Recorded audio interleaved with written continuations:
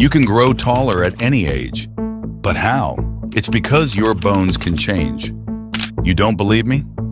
Look at this arm wrestler Devin Larratt's arm length difference. This arm is longer. You see that? What do you notice? The arm he trains is longer than the other. This is definitely not a coincidence. Now take a look at the Maasai tribe from Kenya. The Maasai tribe has some of the tallest people in the world. You might know this tribe due to their traditional exercise of jumping insane heights. The Maasai tribe's average height is 6'3". The difference in length in the arms of Devin Larratt and the heights of the Maasai tribe is due to a scientific reason, Wolff's law. This law is the reason bodybuilders have higher bone density, which occurs due to the repeated weightlifting habit.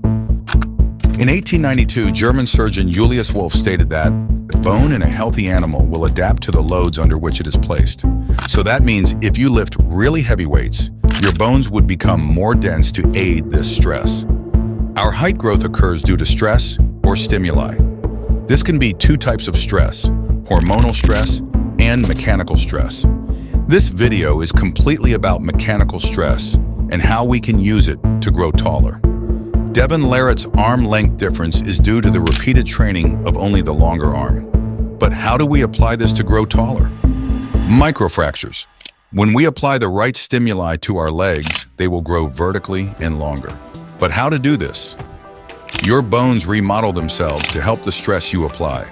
So, if you apply certain stress where your legs need to stretch, they will grow. This is where cycling comes into play.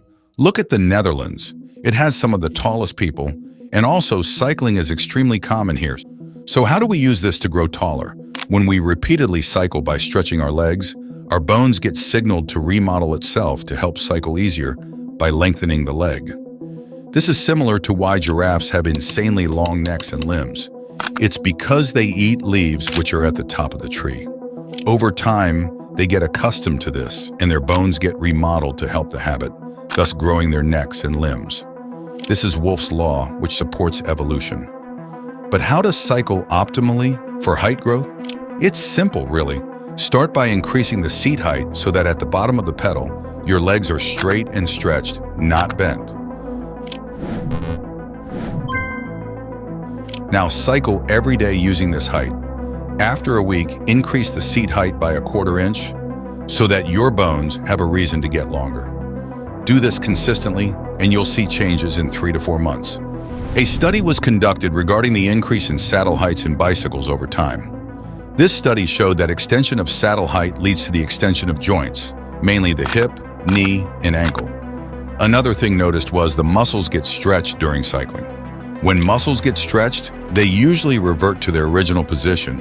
However, if tension is applied for a longer time, the muscles become longer to get used to the stretch position and adapt to this new position, which is known as the adaptive remodeling of the muscles. Cycling consistently can increase your height by lengthening the femur and the shin. Another way, the most effective one, is using microfractures. When bones get microfractured and damaged, they grow back bigger and stronger. This is the reason the Maasai tribe is very tall.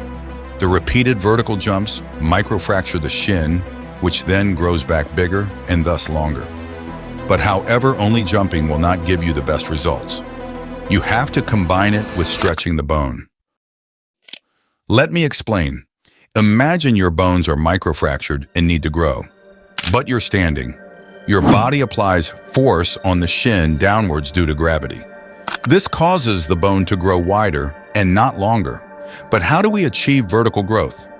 By stretching the bones after microfracturing it. To do this, do Maasai jumps for 15 minutes with breaks, a few minutes before sleeping. Now, after you've done the exercise and created microfractures in the bone, attach ankle weights to leg and hang them off the bed while lying down. This stretches the bone, causing vertical growth. Use the ankle weights for around 1 hour and then directly go to sleep. If you stand, the bones will get compressed, resulting in no vertical growth. If you do this combined with cycling, you can easily gain 3 to 4 inches, easily at any age, as this is growing the bone, which doesn't require the growth plates to be open. Exercise can also help improve height growth. Maasai jumps is not only good for creating microfractures, but also improving cytokines which help you grow taller. Implementing sprints 3 to 4 times a week is very good for your height gains and health.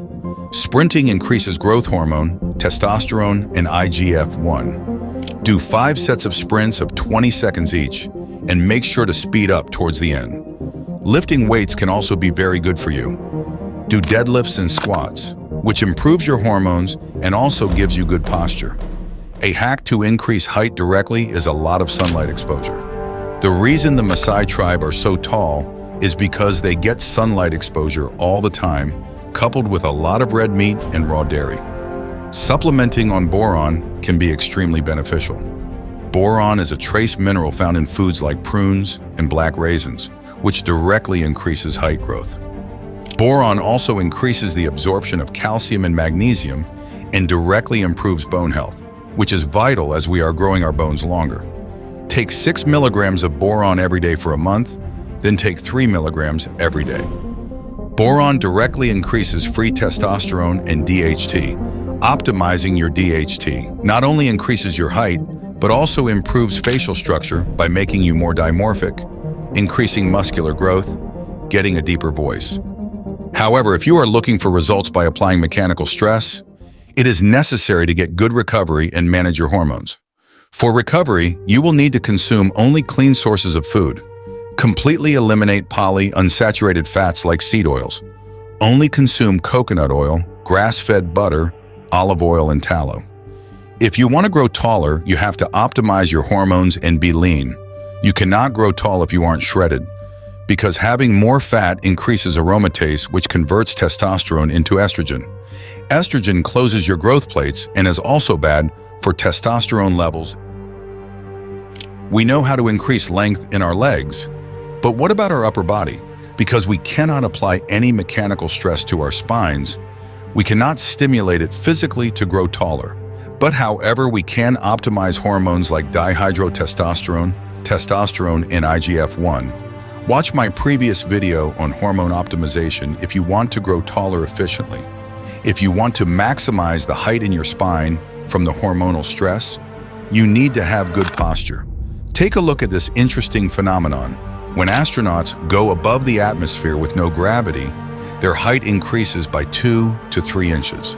This is due to the decompression of the spine. Between each vertebrae, we have a soft membrane which gets compressed from gravity, exerting force on it. So fixing your posture is very important. Not only back posture, even neck posture, so you can breathe optimally. You also need to get a lot of sleep as growth occurs only in rest. That's it for the video, guys. Watch my previous video as this is a 2-part series on gaining height at any age.